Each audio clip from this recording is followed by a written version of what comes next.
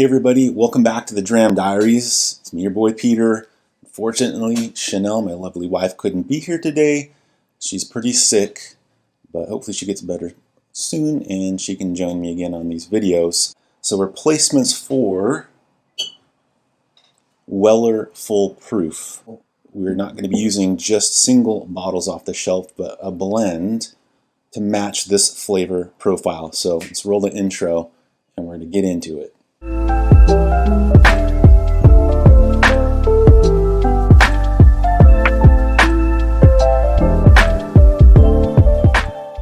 Weller is probably one of the most hyped Buffalo Trace products there is.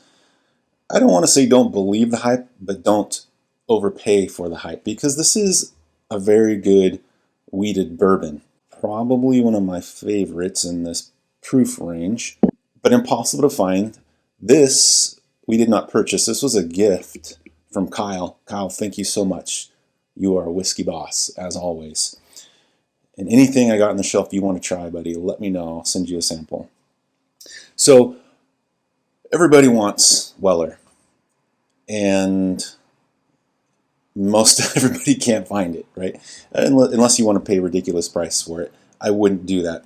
So what can we blend to get to this flavor profile? And again, when I'm drinking a whiskey, I am drinking that whiskey because I want that specific flavor profile.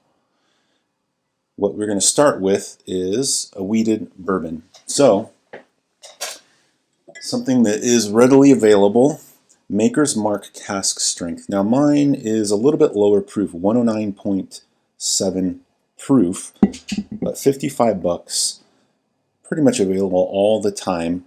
In its own right, it's tasty. I feel like it's a little maybe less complex than this. Not that this is overly complex, but this is very sweet. Like, to me, most Buffalo Trace bourbons are very sweet. For me, Maker's Mark is also very sweet. I would say wheated bourbons tend to carry a sweetness about them, probably because of the lack of rye. But what do we blend with this? Again, you might remember this bottle, Yellowstone. It is single barrel. It's a store pick, 102 proof.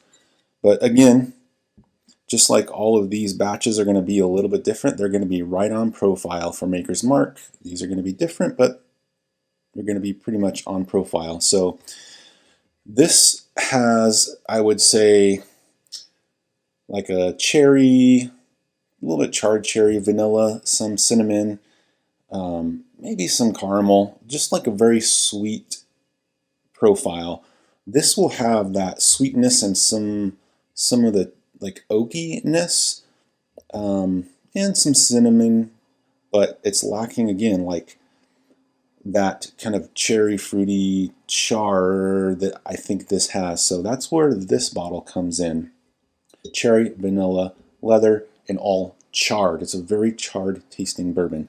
So if you blend 2 parts of this Maker's Mark cask strength to 1 part of the Yellowstone Private Select, your store pick barrels, you are going to get a flavor profile that is tough to tell the difference between this. It is a little bit lower in proof. I think this ends up being, with this particular bottle, about 106 proof, but you can usually get, depending on the proof of this, 106, 107, 108-ish proof in there. So you might be thinking, well, that's closer to Weller 107. Why didn't you do that for Weller 107? I don't have a bottle. I haven't had one for a few years. I gave my last bottle away about 3 years ago. So if I can get one, I will do some blends to try and match it. But really, this flavor profile matches this. Now there's another one that will kick up the spice a little bit. Also very delicious.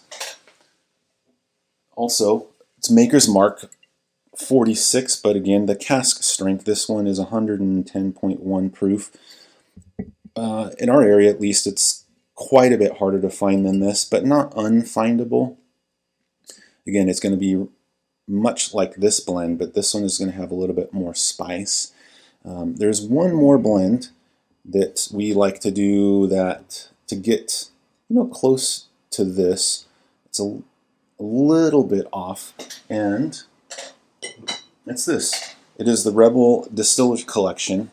This is 113 proof, and I've had a couple of these. They're single barrels, but they're all on profile. And this is still Heaven Hill wheated bourbon profile. So the difference this is going to add to the blend, you're going to get a little bit more caramel and the slight peanut, so that might throw it off somewhat, but it's still similar. But the blend of these two and the blend of these two is so close to Weller. These are so easy to find. I would not overpay for this. I don't know.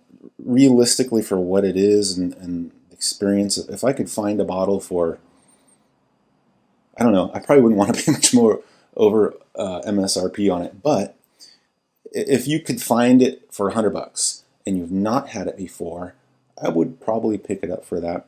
And you could try your own blends and see how close you can get. But I'm telling you, you will not be disappointed with the blend of Maker's Mark, 2 parts Maker's Mark cask strength, 1 part Yellowstone single barrel, 102 proof, or 2 parts Maker's Mark 46 cask strength. This one is maybe a little bit more off profile, but hopefully, I don't know, just trying to help people out who are feeling that pain of not being able to get these kinds of bourbons anymore. You know, about 5 years ago was the last time I could get a Weller 107 off the shelf. I have not seen one since, unfortunately, but you don't have to feel like you're missing out, because you can get these and you can blend them, and you could pour someone a sample of your blend of these and say, here's some Weller, and they would believe you because it tastes like that. So anyways, thank you for tuning in again. Hopefully you enjoyed this. Go ahead and subscribe, leave us a comment. Is there maybe a different blend that you think is maybe more on profile, or you want us to try, or you want to send us a sample of something that we can blend up? But as always, we appreciate the support and your good comments. And until next time.